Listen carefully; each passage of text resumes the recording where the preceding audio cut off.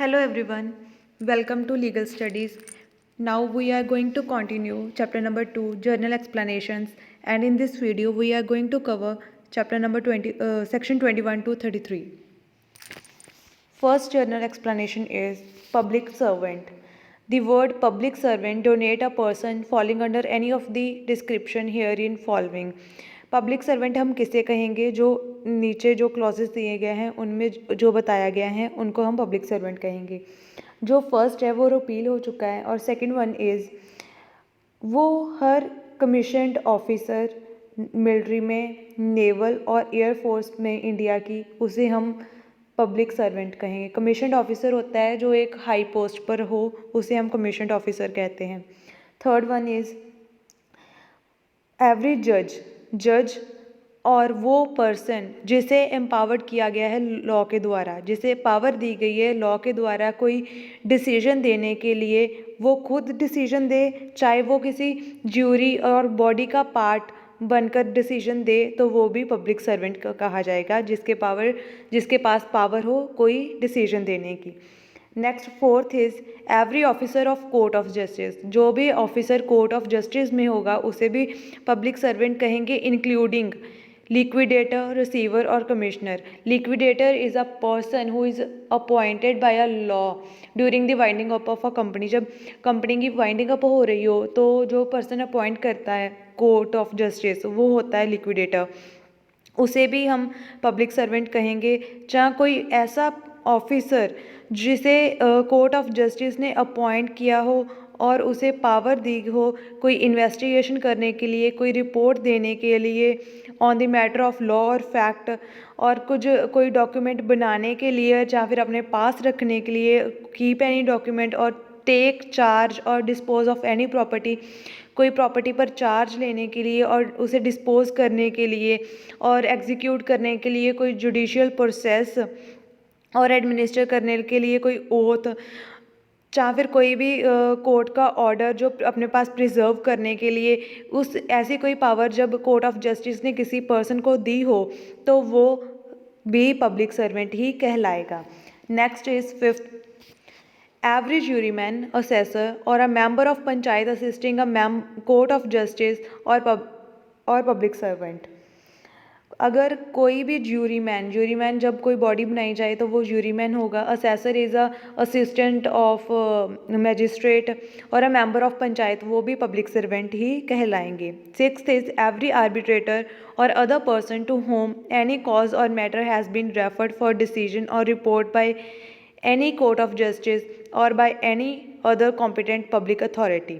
कोई भी आर्बिट्रेटर या कोई भी पर्सन जिसे दिया गया हो कोई भी मैटर कि तुम इस पर अपना डिसीजन रेफ़र कर दो या फिर अपनी रिपोर्ट दो, किसने दिया हो, कोर्ट ऑफ जस्टिस ने उसे ऐसी पावर दी गई हो या फिर कोई भी कॉम्पिटेंट अथॉरिटी ने उसे ऐसी कोई पावर दी गई हो, तो भी वो पब्लिक सर्वेंट ही कहलाएगा. Number seventh is every person who holds any office by virtue of which he is empowered to place or keep any person in confinement. कोई भी ऐसा पर्सन जिसे एम्पावर किया गया हो कि वो किसी को अपनी कन्फाइनमेंट पे रख सकता है, किसी पर्सन को कन्फाइन कर सकता है, for example police, he is also a public servant. Next is eighth, every officer of the government whose duty is as such officer to prevent offence, to give information of offence, to bring offenders to justice or to protect the public health, safety or convenience. ऐसा कोई भी officer government का जिसे duty हो कि वो offence को prevent करे, ऑफेंस होने से बचाए और ऑफेंस की इन्फॉर्मेशन दे और ऑफेंडर को जस्टिस दिलवाए और प्रोटेक्ट करे पब्लिक की हेल्थ, सेफ्टी और कन्वीनियंस, वो भी पब्लिक सर्वेंट ही कहलाएगा. Next is ninth point, every officer whose duty it is as such officer to take, receive, keep or expend any property on behalf of government. Means कि कोई भी ऐसा officer जिसके पास ड्यूटी हो कि वो अपने पास रखे, चाहे रिसीव करे और कीप करे, अपने पास रखे, चाहे ले, चाहे रिसीव करे और एक्सपेंड करे कोई भी property on the behalf of government, और टू मेक एनी सर्वे, कोई सर्वे करे, असेसमेंट और कॉन्ट्रैक्ट, कोई भी कॉन्ट्रैक्ट करे on the behalf of government, or to execute any revenue process or to investigate or to report on any matter affecting the pecuniary interest of the government। कोई भी अगर pecuniary interest is a कोई भी money से related interest है government का, जैसे कि रेवेन्यू हो गया, कहीं पर इन्वेस्टिगेट करनी है कोई चीज़ और रिपोर्ट देनी है, कोई भी मैटर जो इफ़ेक्ट कर रहा हो पेक्यूनरी इंटरेस्ट को गवर्नमेंट के, वो जिसे दिया गया है ऐसी पावर की, ये सब देखे वो भी पब्लिक सर्वेंट होगा। और to make authenticate or keep any document relating to pecuniary interest of the government or to prevent the infraction of any law for the protection of pecuniary interest of the government। कि कोई भी ऐसा document जो उसे बनाने के लिए, authenticate करने के लिए, चाहे फिर अपने पास रखने के लिए, कीप करने के लिए कोई भी ऐसी पावर दी जाती है गवर्नमेंट के द्वारा, तो वो भी पब्लिक सर्वेंट ही कहलाएगा। Next 10th point, every officer whose duty it is as such officer to take, receive, expand any property, to make any survey or assessment or to lay any rate of tax for any secular common purpose of any village, town or district, or to make, authenticate or keep any document for the ascertaining of the right of the people of any village, town or district। कोई भी ऐसा officer जिसके पास power है कि वो receive कर सके, keep कर सके और एक्सपेंड कर सके प्रॉपर्टी को, और सर्वे कर सके, असेसमेंट कर सके, टैक्स लगा सके किसी भी कॉमन सेकुलर कॉमन पर्पस के लिए। कोई सेकुलर, एक विलेज का, एक टाउन का, डिस्ट्रिक्ट का अगर कोई सेकुलर कॉमन पर्पस है तो उस पर वो ये सब चीज़ें कर सकता है, तो वो भी पब्लिक सर्वेंट ही कहलाएगा। Next is 11th, every person who holds any office in virtue of which he is empowered to prepare, publish, maintain or receive an electoral roll or to conduct an election or part of an election। कोई भी ऐसा person जिसे अगर कोई भी वो office hold कर रहा है, किस चीज़ के लिए, प्रिपेयर करने के लिए, पब्लिश करने के लिए, मेंटेन करने के लिए और रिवाइज करने के लिए इलेक्टोरल रोल होता है जब इलेक्शन के द्वारा लिस्ट आती है, जब इलेक्शंस होते हैं तो लिस्ट आती है कि ये लोग एलिजिबल हैं इलेक्शन के लिए और ये ही सिर्फ वोटर्स हो सकते हैं जो वोट करेंगे, तो वो इलेक्टोरल रोल होता है जब लिस्ट आती है कि कौन कौन वोट कर सकता है। वो इलेक्टोरल रोल को प्रिपेयर करने के लिए, पब्लिश करने के लिए, मेंटेन करने के लिए और रिवाइज करने के लिए, और टू कंडक्ट एन इलेक्शन, कोई भी इलेक्शन कंडक्ट करवाने के लिए, चाहे वो विलेज की इलेक्शन हो, चाहे वो किसी भी चीज़ की इलेक्शन हो, तो वो पब्लिक सर्वेंट कहलाएगा। Next is 12th, every person, हर इंसान जो is in the service or pay of the government और रेम्यूनरेटेड बाय फीस और commission for the performance of any public duty by the government, जो गवर्नमेंट से कोई पे ले रहा है, चाहे फिर गवर्नमेंट की सर्विस में है, चाहे उसे कोई रेम्यूनरेट की जा रही है, कोई फीस और कमीशन कोई भी पब्लिक ड्यूटी करने के लिए गवर्नमेंट के द्वारा, तो वो भी कौन क्या होगा, पब्लिक सर्वेंट।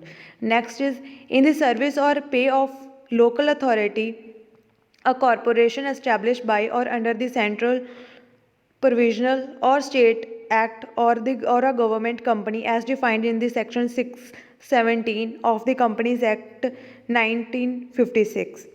मतलब कि कोई भी सर्विस और अगर वो पे ले रहा है लोकल अथॉरिटी के under, a corporation established by under the centre, provisional or state act के द्वारा, और अगर कोई भी कंपनी एक्ट के अंदर अगर वो पे ले रहा है, सर्विस दे रहा है, तो वो भी पब्लिक सर्वेंट ही कहलाया जाएगा। आगे इसकी एक इलस्ट्रेशन है, a municipal commissioner is a public servant, municipal commissioner को भी हम पब्लिक सर्वेंट कहेंगे। नेक्स्ट आती है explanation 1, person falling under any of the above description are public servant whether appointed by government or not. जो भी हमें ऊपर दी गई हैं 12th तक पॉइंट्स, उसके वो सारे पब्लिक सर्वेंट्स कहलाएंगे, चाहे उन्हें गवर्नमेंट ने अपॉइंट किया है चाहे नहीं। Explanation second is, wherever the word public servant occur, they shall be understood in of every person who is in actual possession of the situation of public servant, whatever legal defect there may be in the right to hold that situation। Public servant तभी कहलाएगा अगर उसके पास कोई power है कि वो public office को hold कर रहा है। Next explanation 3 is the word election denotes an election for the purpose of selecting members of any legislative, municipal or other public authority of whatever character. The method of selection to which is by or under any law prescribed as by election. जो word election है वो donate करता है election for purpose of selecting any member, मतलब कि जो election इसमें दिया गया है वर्ड वो हर एक इलेक्शन के लिए यूज़ होगा, चाहे वो लेजिस्लेटिव की है, म्यूनिसिपल की है, चाहे वो सरपंच की है, चाहे वो सीएम की है, किसी की भी है, उन सब के लिए ये वर्ड यूज़ किया गया है। नेक्स्ट जो है वो है section number 22 movable property. The word movable property are intended to include corporeal property of every description except land and things attached to the earth, permanently fastened to anything which is attached to the earth. Movable property की definition दी गई है section number 22 में। वो कहता है कि movable जो property है वो क्या क्या चीज़ें इंक्लूड करेंगी, कॉर्पोरल प्रॉपर्टी को इंक्लूड करेंगी, लैंड और थिंग्स जो कि अर्थ के साथ अटैच्ड हैं उनको इंक्लूड नहीं करेगी, और ना ही इंक्लूड करेगी permanently fasten to anything which is attach to earth. मतलब कि कोई भी चीज़, जैसे कि कोई मशीनरी है, कोई मशीनरी ऐसी मशीनरी जिसे हम अर्थ से परमानेंटली अटैच कर दें तो उसे भी इससे एक्सक्लूड किया जाएगा। अगर कोई भी स्टैंडिंग ट्रीज टिम्बर्स हैं तो उन्हें हम मूवेबल प्रॉपर्टी में नहीं गिनेंगे। जब वो कट हो जाएंगे, ट्रीज़ कट की कर दी जाएंगी, टिम्बर्स कट कर दिए जाएंगे तो उसे तब हम मूवेबल प्रॉपर्टी में मानेंगे। और जो हमें अर्थ से मिनरल्स मिलते हैं, स्टोन्स मिलते हैं, उसे भी हम मूवेबल प्रॉपर्टी कंसीडर करेंगे। सैंड और क्ले वो भी मूवेबल प्रॉपर्टी के अंदर ही कवर की जाएगी। Next is wrongful gain. Wrongful gain is a gain by unlawful means of property which the person gaining is not legally entitled. What are the main essentials ingredients of this section is, first one is the gain of some property, मतलब कि किसी property का gain किया जाए, किसी property का gain हुआ हो किसी पर्सन को। Second ingredient is the property to which a person was not legally entitled, जिस पर्सन को उस प्रॉपर्टी का गेन हुआ है वो लीगली एंटाइटल्ड नहीं था उस प्रॉपर्टी के लिए। Third is gain must be by unlawful means कि वो जो उसे गेन हुआ है वो अनलॉफुल मीन्स होना चाहिए उसका, वो लीगली एंटाइटल्ड नहीं था और उसने अनलॉफुल तरीके से उस प्रॉपर्टी को अक्वायर किया है, गेन किया है, तो उसे भी हम लॉफुल गेन ही मानेंगे। Next is wrongful laws. Wrongful laws is the loss by unlawful means of property to which the person losing it is legally entitled. इसके भी सम कुछ इंग्रेडिएंट्स हैं। फर्स्ट है loss of sum property, means कि किसी person को loss हुआ हो उस प्रॉपर्टी का। The property to which the person, second one is the property to which the person losing was legally entitled, जिस पर्सन ने उस प्रॉपर्टी को लॉस किया है वो उस प्रॉपर्टी के लिए लीगली एंटाइटल्ड हो। Third is loss must have been caused by unlawful mean, जो उसे लॉस किया गया है वो अनलॉफुल मीन से किया गया है, अनलॉफुल तरीके से किया गया है। जो रॉन्गफुल लॉस है उसका मतलब है इलीगली किसी पर्सन को डिप्राइव करना उसकी प्रॉपर्टी से। तो उसको सिर्फ डिप्राइव करना ही नहीं इसके अंदर आता, वो इंक्लूड करता है illegally keeping a person out of his property, मतलब कि किसी पर्सन को उसकी प्रॉपर्टी से इलीगली निकाल देना, किसी को बाहर रखना, वो भी जो है रॉन्गफुल लॉस में ही आएगा। और रॉन्गफुल गेन में जो है वो सिर्फ अक्वायर करना ही नहीं आता। Wrongful gain means acquiring wrongfully as well as retaining wrongfully, acquire भी करना wrongfully और उसको रिटेन भी करना, अपने पास भी रखना।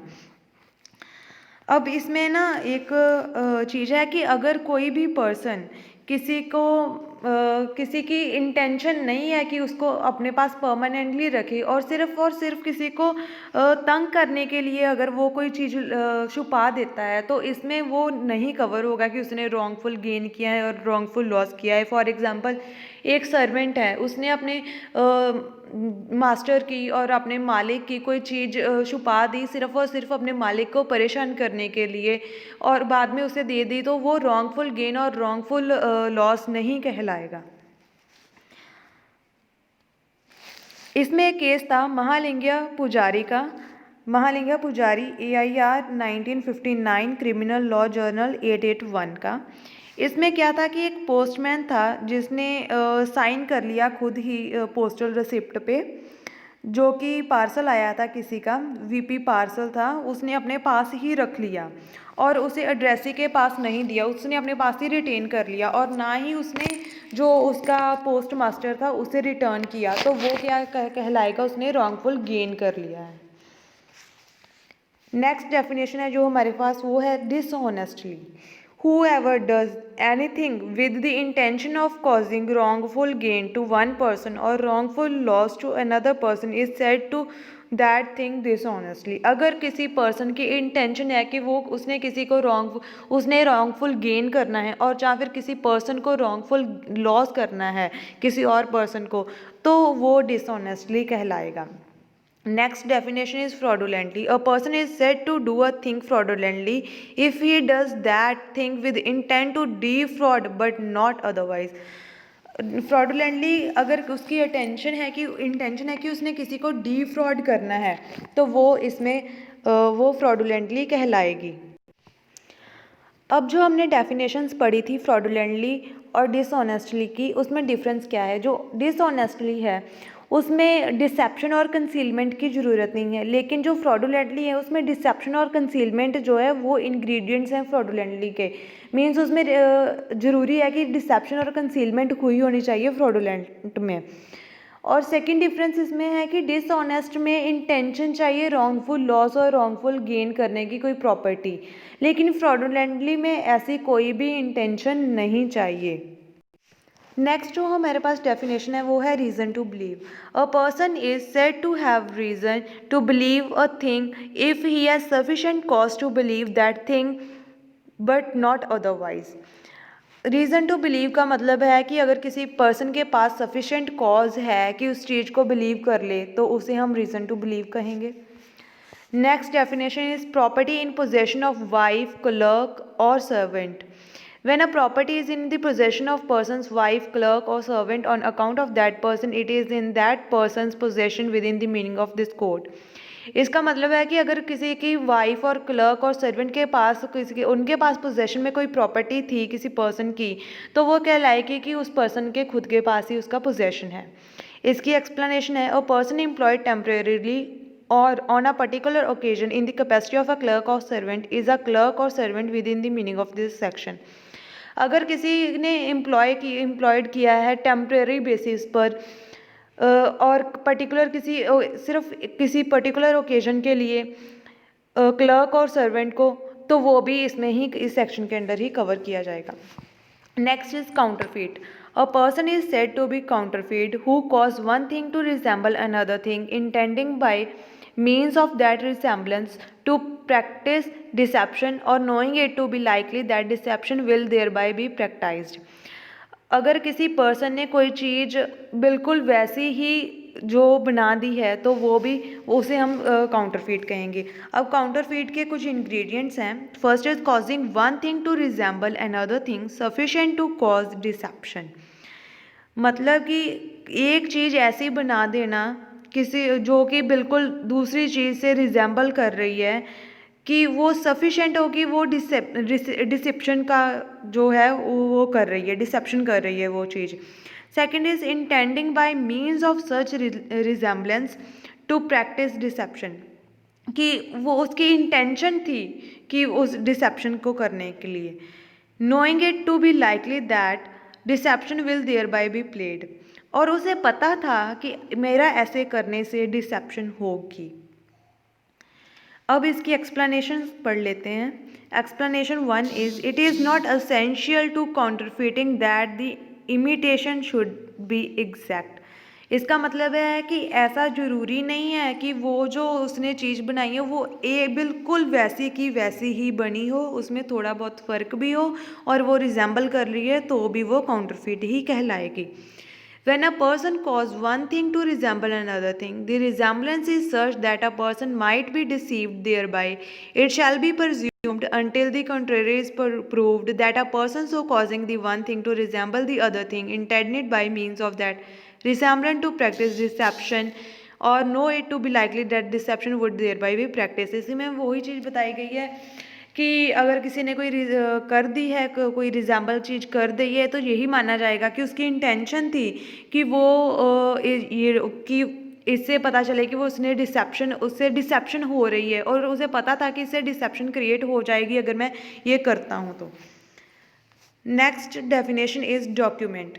The document denotes any matter expressed or described upon any substance by means of letter, figures or marks, or by more than one of those means intended to be used or which may be used as evidence of that matter। जो document की definition है ये बहुत ही wider definition है। इसमें दिया गया है कि कोई भी ऐसी चीज़ जो एक्सप्रेस कर रही हो, डिस्क्राइब कर रही हो, कोई भी सब्सटेंस, कोई भी किसी भी चीज़ को वो डिस्क्राइब कर रही हो, किसी भी चीज़ को वो एक्सप्रेस कर रही हो, कैसे? लेटर्स के द्वारा, फिगर्स के द्वारा, मार्क्स और more than those of means. किसी भी चीज़ से कोई चीज़ ड्रॉ कर दिए, कोई फिगर ड्रॉ कर दिए, अगर वो कोई चीज़ बता रही है तो भी वो डॉक्यूमेंट माना जाएगा। लेटर्स के द्वारा लिखा गया है तो भी माना जाएगा। कोई भी ऐसी चीज़, अगर कोई वुड पर भी कोई चीज़ लिख दी गई है, कोई पेपर पर चीज़ लिखी हुई है, कोई ग्राउंड पर चीज़ लिखी हुई हो, तो उसे भी डॉक्यूमेंट माना जाएगा। लेकिन इसमें एक बात बहुत ज़रूरी है कि वो जो डॉक्यूमेंट है उसे हम एविडेंस के तरह यूज़ कर सकते हो, एज एन एविडेंस हम उसको यूज़ कर सकते हो उस डॉक्यूमेंट को।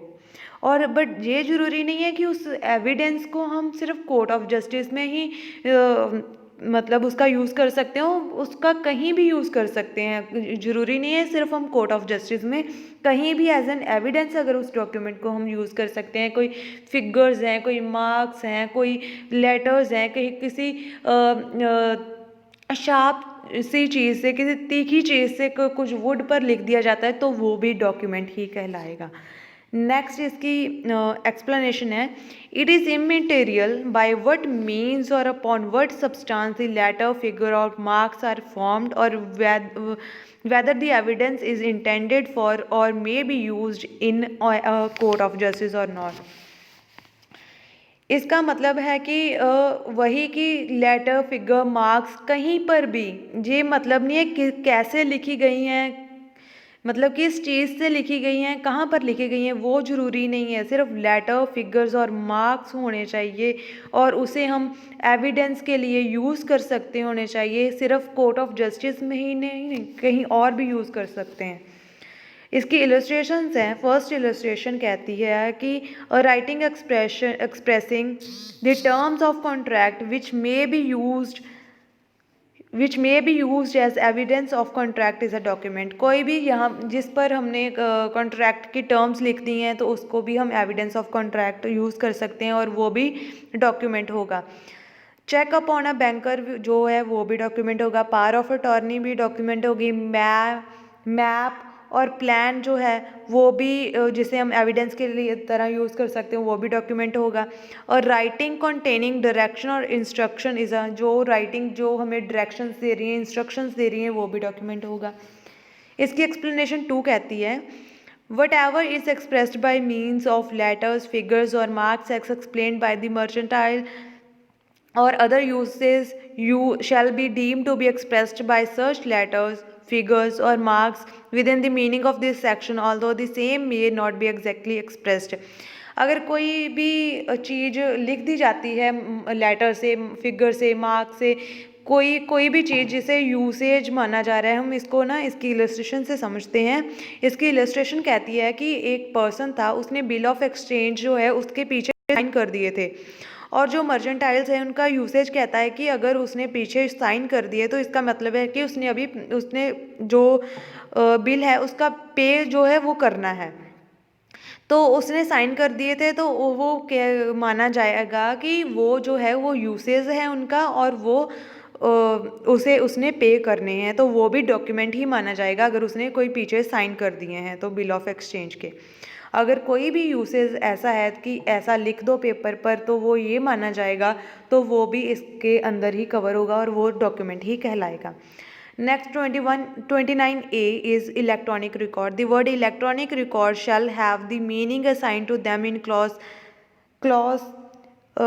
T of subsection, सॉरी यहाँ पर मैंने S लिख ली, मुझसे S लिखा गया, यहाँ पर clause T of subsection 1 of section 2 of information technology act 2000 है। इसका मतलब है कि जो information technology act section 2 sub section 1 clause T में जो इलेक्ट्रॉनिक रिकॉर्ड की डेफिनेशन बताई गई वो ही यहाँ पर एप्लीकेबल होगी। Next is valuable security. The word valuable security denotes a document which is or purports to be a document whereby any legal right is created, extended, transferred, restricted, extinguished or released, or whereby any person acknowledges that he lies under legal liability or has not a certain legal right। पहले हम इसके ingredients देखते हैं, ingredients से इसको समझते हैं। First ingredient जो इसका है वो है valuable security is a document. Valuable security क्या होनी चाहिए? एक डॉक्यूमेंट होना चाहिए, डॉक्यूमेंट की फॉर्म में है जो, उसे हम वैल्यूएबल सिक्योरिटी कहेंगे। फॉर एग्जांपल किसी घर के पेपर्स, किसी प्रॉपर्टी के papers, that is valuable security. It is a document whereby legal right is created. इससे लीगल राइट क्रिएट होना चाहिए, किसी का लीगल राइट क्रिएट हो रहा है। एक्सटेंडेड, ट्रांसफर्ड, रिस्ट्रिक्टेड, एंटिग्विस्ड और रिलीज्ड। लीगल राइट क्रिएट हो रहा है, एक्सटेंड हो रहा है, ट्रांसफ़र किया जा रहा है, रिस्ट्रिक्ट किया जा रहा है, एंटिग्विस्ट किया जा रहा है और रिलीज़ किया जा रहा है उस डॉक्यूमेंट से।